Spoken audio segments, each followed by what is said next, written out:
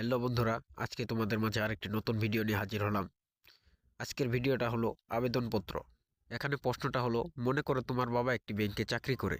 সম্প্রতি তোমার বাবার বদলি হয়েছে, তাই তোমাকেও তার সঙ্গে যেতে হবে। এই জন্য তোমার স্কুলের প্রধান শিক্ষকের কাছে ছাড়পত্র চেয়ে আবেদন লেখো। তো এটা বেশিরভাগই আসে পরীক্ষার সময়, তাই তোমাদের জন্য নিয়ে আসলাম। এটা খুবই গুরুত্বপূর্ণ আবেদনপত্র। তো এটা লেখার জন্য শুরুতেই তোমাকে তারিখ লিখতে হবে। তোমরা যেদিন এই আবেদনপত্রটা লিখবে সেই দিনের তারিখ দিবে।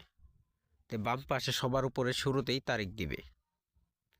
তারপরে তোমাদের প্রধান শিক্ষক যার কাছে লিখবে, তোমরা কার কাছে লিখতেছ? প্রধান শিক্ষকের কাছে। এই যে প্রশ্নের মধ্যে কিন্তু উপরে দিয়ে দিয়েছে প্রধান শিক্ষকের কাছে ছাড়পত্র চেয়ে আবেদন করো।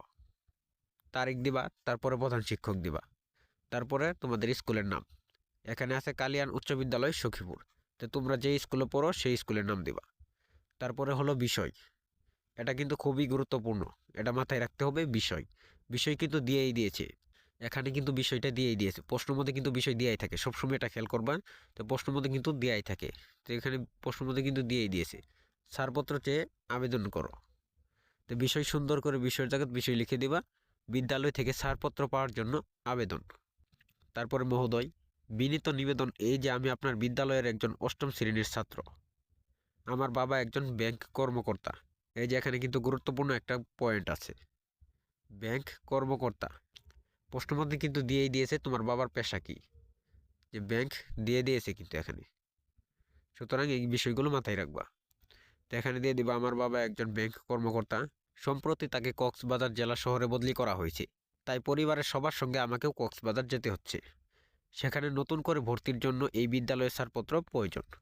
এতটুক দিয়ে দিলা। তারপরে সুন্দর করে লিখে দিবা, অতএব অনুগ্রহপূর্বক আমাকে বিদ্যালয় ত্যাগের ছাড়পত্র দিয়ে বাধিত করবেন। ব্যাস এইটুকু দিয়ে দিলা, তাহলে মোটামুটি তোমার কাজ শেষ। এরপর সুন্দর করে নিচের নিজের পরিচয়টা দিবা। সুন্দর করে তোমার পরিচয়টা দিবা। তোমার নাম, এটা তাহসিন আহমেদ দেওয়া আছে। তোমার যে নাম, তুমি তোমার নামটা দিবে। তারপরে তোমার রোল আর ক্লাস, তুমি কোন ক্লাসে পড়ো এবং তোমার রোল কত দিবে। তারপরে তোমার বিদ্যালয়ের নামটা দিয়ে দিবে। ব্যাস এইটুকু দিলেই সুন্দর হয়ে যাবে। সবসময় একটা জিনিস খেয়াল করবা, তোমাকে কিন্তু প্রশ্নের মধ্যে দেওয়াই থাকে এই যে বিষয় এখানে কিন্তু দেওয়াই আছে। তারপরে এই যে ব্যাংক কর্মকর্তা, তোমার বাবার পেশা কি হবে এখানে কিন্তু দেওয়াই আছে, ব্যাংক কর্মকর্তা। বিশেষ করে আবেদনপত্রের মধ্যে এইগুলা কিন্তু প্রশ্নের মধ্যে দেওয়াই থাকে, খুব ভালোভাবে খেয়াল করে লিখবা। ঠিক আছে, প্রশ্নের মধ্যে কিন্তু দেওয়াই থাকে, মনোযোগ দিয়ে দেখবা। তো আজকে এই ছিল আমাদের ভিডিও।